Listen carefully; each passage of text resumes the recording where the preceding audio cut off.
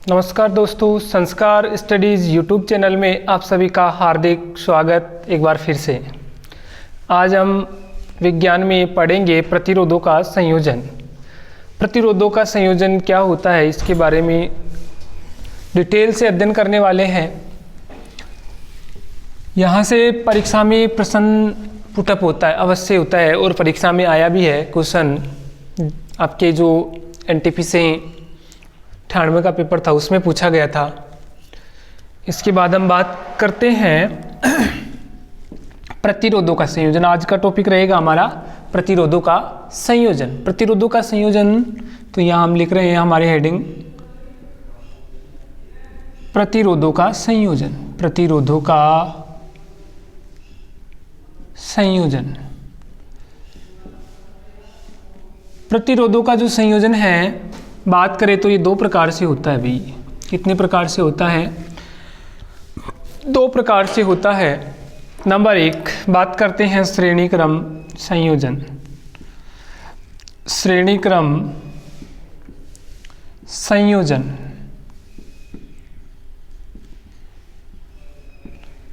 Number दो की बात करते हैं समांतर क्रम संयोजन। समांतर क्रम संयोजन।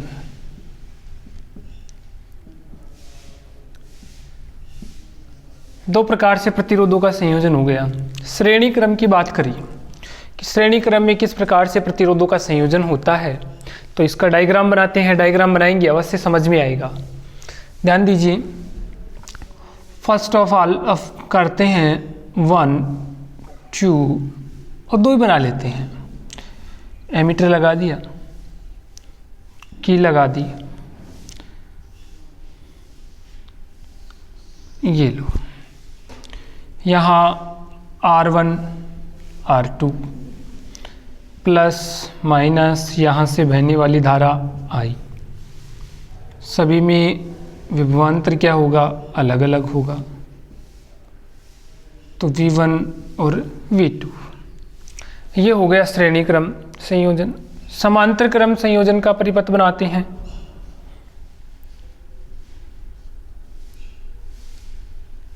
ये लो।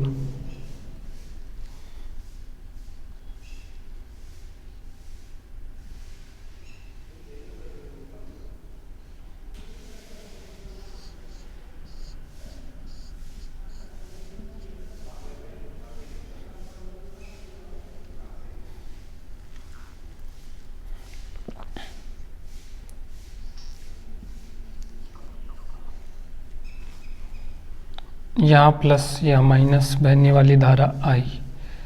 यहाँ से तो I है लेकिन 3 भागों में यहाँ बढ़ती है, तो इसका मान हो जाता है I1, इसका I2 और इसका I3। ओके, बात करते हैं यहाँ से हम लोग श्रेणी क्रम संयोजन। इसकी डेफिनेशन क्या होती है? बहुत इजी डेफिनेशन है, थोड़ा ध्यान दोगे तो समझ में आ जाएगा बिल्कुल। इसमें से कोई बात नहीं है, ध्यान देना प्लीज़। देखिए, ये मैंने पूरा यहाँ से यहाँ तक ले लिया, तो ये इस प्रकार से बना, हमारा भाग जो बना ये इस प्रकार से बना।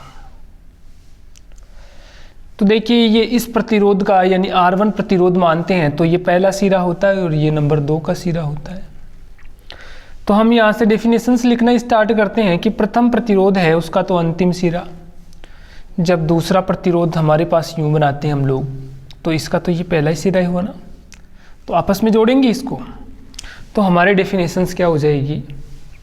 प्रथम प्रतिरोध का अंतिम सिरा और दूसरे प्रतिरोध का पहला सिरा आपस में जोड़ दी। इसी प्रकार से दूसरे प्रतिरोध का तो अंतिम सिरा और तीसरे प्रतिरोध का पहला सिरा आपस में जोड़ दे, तो बनने वाला क्रम कौन सा हो जाएगा? श्रेणी क्रम संयोजन कहलाएगा। तो श्रेणी क्रम संयोजन, इसकी परिभाषा क्या बनेगी? इसकी परिभाषा यदि लिखें हम लोग तो यहाँ बन जाती है प्रथम प्रतिरोध का अंतिम सिरा, प्रथम प्रतिरोध का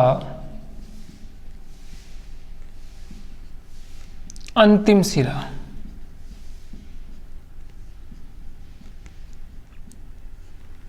तथा दूसरे प्रतिरोध का दूसरे प्रतिरोध का प्रथम सिरा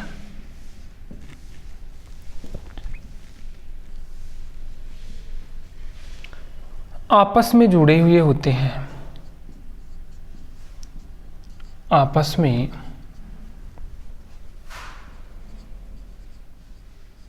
जुड़े हुए होते हैं, तो बनने वाला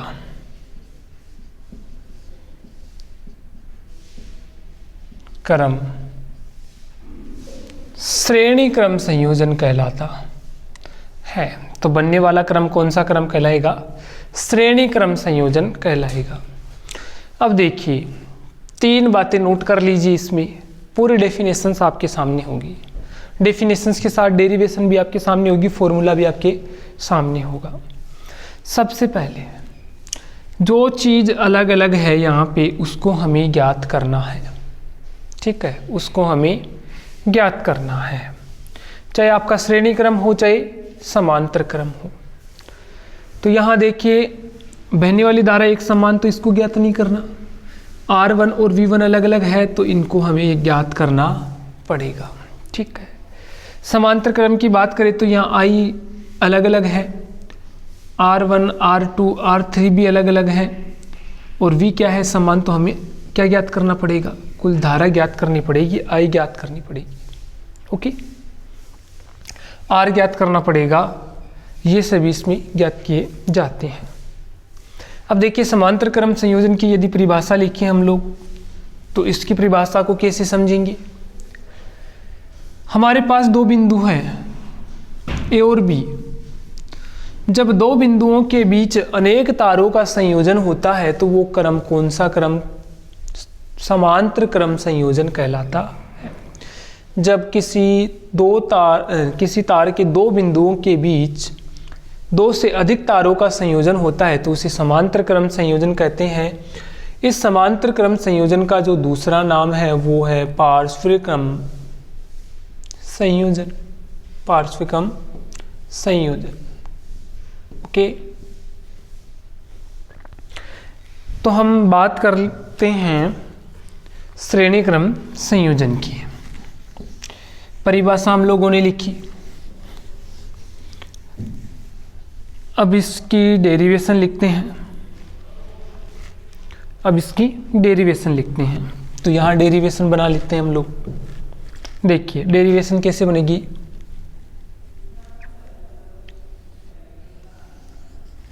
बात करते हैं, यहाँ से लिखते हैं हम लोग,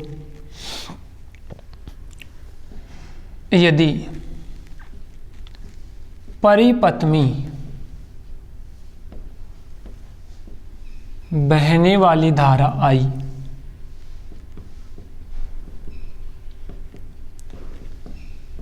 तथा प्रतिरोध R हो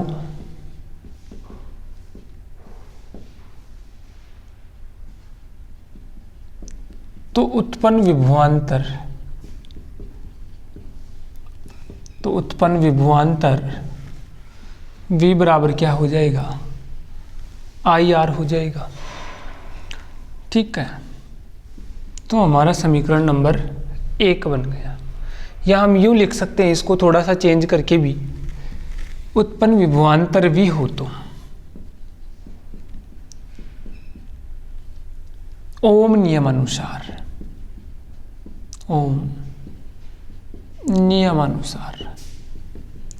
ओम का नियम क्या था? V प्रोपोर्शनल I, V बराबर IR, ठीक है। ये बात हमने देखी, V बराबर IR। अब देखिए मैंने एक बात कही थी कि जो अलग अलग है वो ज्ञात करना है। अब लिखना है यहाँ पे, हम जानते हैं कि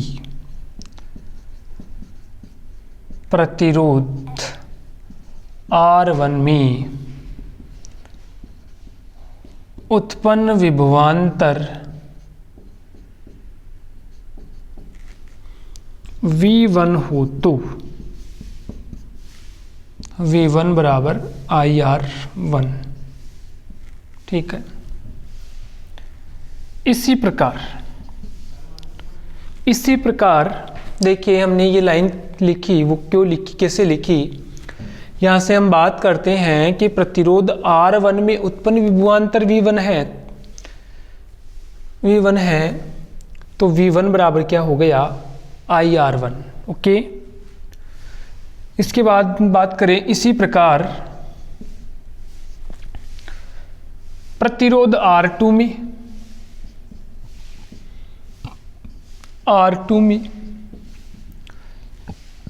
उत्पन्न विभवांतर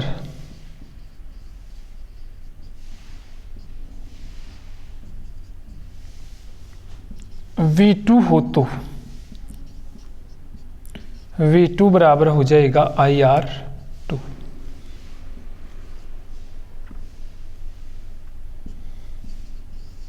ठीक है।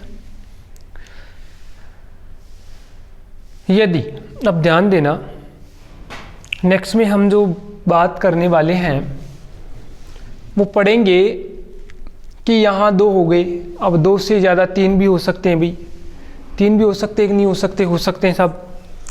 ठीक है। अब बात करेंगे यदि ये आपकी बैटरी है, इसका कुल विभवांतर V हो तो, कुल विभवांतर V हो तो, कुल विभवांतर यदि V होता है तो हम लिखेंगे यहाँ पे यदि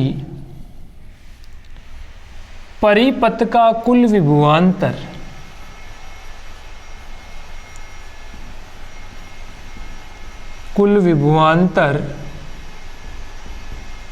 V हो तो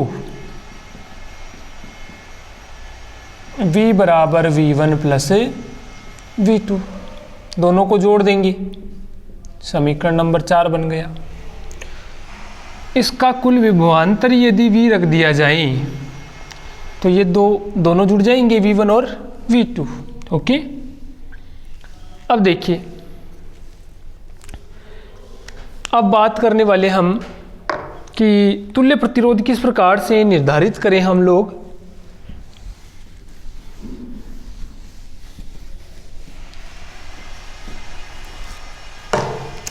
समीकरण 4 में, समीकरण 4 दिखाई दे रहा है सभी को। समीकरण 4 में समीकरण 2 और 3 के मान रखने पर, तो यहाँ लिखेंगे समीकरण 4 में समीकरण 2 व 3 के मान रखने पर, समीकरण 2 व 3 के मान रखने पर, समीकरण 2 और 3 के मान रख दें तो समीकरण 4 दोबारा से लिख रहा हूँ, V बराबर V1 प्लस V2, V का मान या समीकरण 1, 2, 3 और 4 से रखने पर V का मान तो हो जाएगा IR हो जाएगा, V1 का मान हो जाएगा IR1 और V2 का मान हो जाएगा IR2। देखिए कॉमन इसमें क्या है, I बाहर ले लेते हैं इसको, IR बराबर I को बाहर ले लिया, R1 प्लस R2, I से I कैंसिल हो गया तो हमारा फॉर्मूला बन गया R बराबर R1 प्लस R2 प्लस, हो गया ना ये। तो ये हमारा फॉर्मूला बन के आया तुल्य प्रतिरोध का। किसका? तुल्य प्रतिरोध। तो श्रेणी क्रम में तुल्य प्रतिरोध क्या होता है? समस्त प्रतिरोधों के योग के बराबर होता है। श्रेणी क्रम में तुल्य प्रतिरोध समस्त प्रतिरोधों के योग के बराबर होता है। यही हम निष्कर्ष में पढ़ेंगे नेक्स्ट। या इसको यूँ भी लिख सकते हैं कि श्रेणी क्रम संयोजन में समस्त प्रतिरोधों का योग तुल्य प्रतिरोध के बराबर होता है। तो यहाँ हमारी जो लाइन बनेगी नेक्स्ट में, वो लाइन बनेगी श्रेणी क्रम संयोजन में संयोजन का कुल प्रतिरोध समस्त प्रतिरोधों के योग के बराबर होता है। यदि हमें परिपथ में प्रतिरोध का अधिकतम मान ज्ञात करना है, प्रतिरोधों का अधिकतम मान ज्ञात करना है तो परिपथ को कौन से क्रम में जोड़ेंगे? श्रेणी क्रम। प्रतिरोधों को कौन से क्रम में? श्रेणी क्रम संयोजन में जोड़ेंगे यदि प्रतिरोधों का अधिक मान ज्ञात करना है। और यदि प्रतिरोध का कम मान ज्ञात करना है तो हम इस प्रतिरोधों को कौन से क्रम में? समांतर क्रम संयोजन में जोड़ेंगे। फिर से एक बार से प्रतिरोधों का संयोजन श्रेणी क्रम में, श्रेणी क्रम का डायग्राम हमने बनाया। इसके बाद हम तुल्य प्रतिरोध यहाँ से निकालना स्टार्ट करते हैं। ये होता है तुल्य प्रतिरोध। बहने वाली धारा प्रतिरोध R, उत्पन्न होने वाला विभवांतर V है तो ओम के नियम अनुसार होता है V प्रोपोर्शनल I, V बराबर IR। समीकरण 1 हमारा बनता है। हम जानते हैं कि प्रतिरोध R1 है तो उसमें उत्पन्न होने वाला विभवांतर V1 था, क्योंकि हमने देखा था इस प्रकार से ये जुड़े हुए तार थे, इस प्रकार से जुड़े हुए तार थे। ये R2 था, ये R1 था। इससे जुड़ा हुआ विभवांतर या वोल्टमीटर था वो V1 और V2 था, तो हमने V1 और V2 लिखा। तो V1 का मान हो गया IR1, इसी प्रकार से V2 का मान हुआ IR2। अब मैंने कहा था जो अलग अलग है उसी को तो ज्ञात करना है। तो परिपथ में हमारे पास अलग क्या था? वोल्टमीटर अलग अलग थे। तो विभवांतर, हमें कुल विभवांतर ज्ञात करना था। तो V बराबर V1 प्लस V2। समीकरण 4 में समीकरण 1, 2 और 3 के मान रख दिए। तो यहाँ से हमने लिखा समीकरण 4 में समीकरण 1, 2, 3 के मान रखने पर V बराबर V1 प्लस V2। तो V का मान IR बराबर IR1 IR2। देखिए आपके परीक्षा में जो प्रश्न पूछा गया NTPC में वो डायरेक्ट प्रश्न था कि श्रेणी क्रम संयोजन का सूत्र है। तो R बराबर R1 प्लस R2, ये श्रेणी क्रम संयोजन का क्या है? सूत्र है। प्रतिरोधों का जो संयोजन था श्रेणी क्रम में उसका फॉर्मूला था। नेक्स्ट में हम बात करते हैं समांतर क्रम संयोजन की। समांतर क्रम संयोजन तभी समझ में आएगा जब श्रेणी क्रम संयोजन आप लोगों को अच्छे से समझ में आ जाएगा। और श्रेणी क्रम संयोजन में जो अलग था वही ज्ञात किया, इसी प्रकार से समांतर क्रम में भी वही ज्ञात करेंगे जो अलग है। तो नेक्स्ट में हम जो बात करने वाले हैं वो करेंगे समांतर क्रम संयोजन या पार्श्व क्रम संयोजन। प्रतिरोधों का कौन सा संयोजन? समांतर या पार्श्व संयोजन। देखिए हमने डेफिनेशंस में पढ़ी, डेफिनेशंस में जो लिखी हुई बातें थी वो थी कि दो बिंदुओं के बीच दो से ज़्यादा यदि तार जोड़े जाते हैं तो वो कौन से क्रम का निर्माण करते हैं? समांतर क्रम संयोजन का निर्माण करते हैं। ठीक है, यही बात हमने पढ़ी ना। नेक्स्ट में हम परिभाषा के रूप में तो हो ही गया था। नेक्स्ट में जो बात हम लिख रहे हैं वो है समांतर क्रम संयोजन। समांतर क्रम संयोजन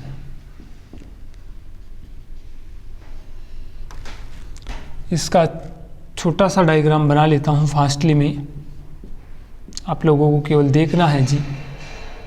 दो बिंदु यहाँ से मैंने ये 3 ले लिए, ये बन गया, ये बन गया और ये बन गया।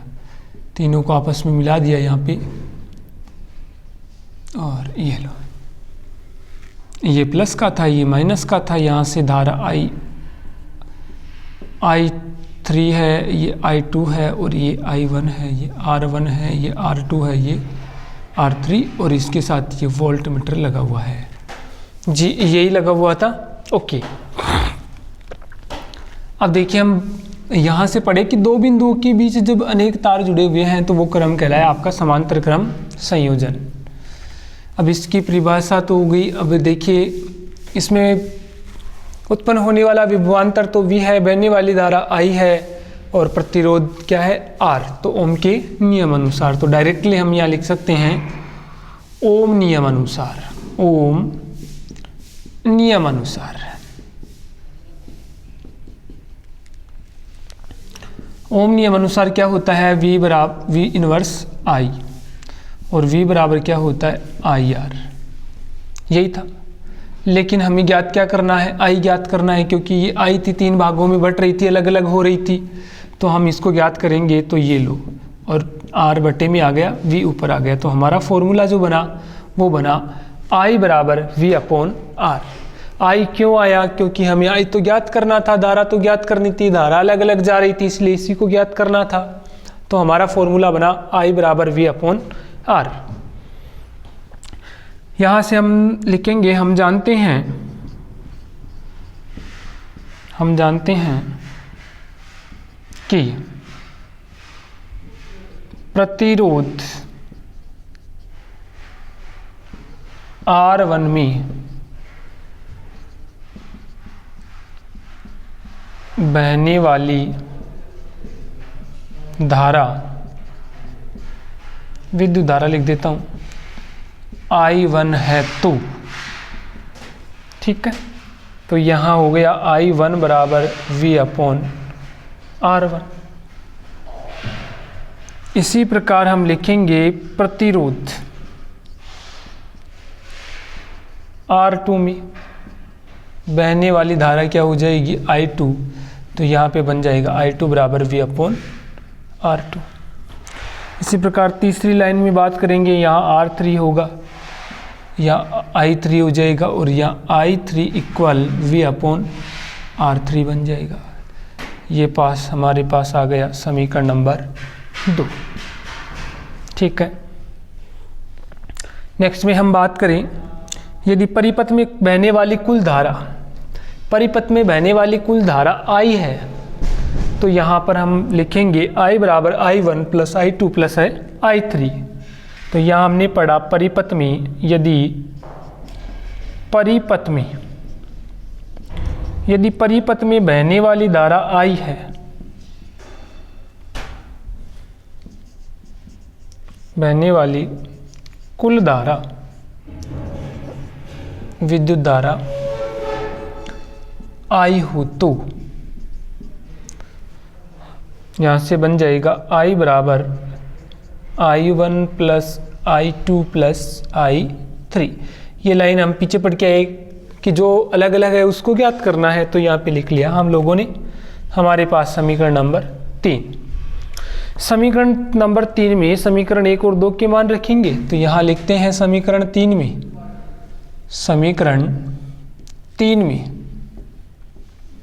समीकरण 1 व 2 के मान रखने पर, 1 व 2 के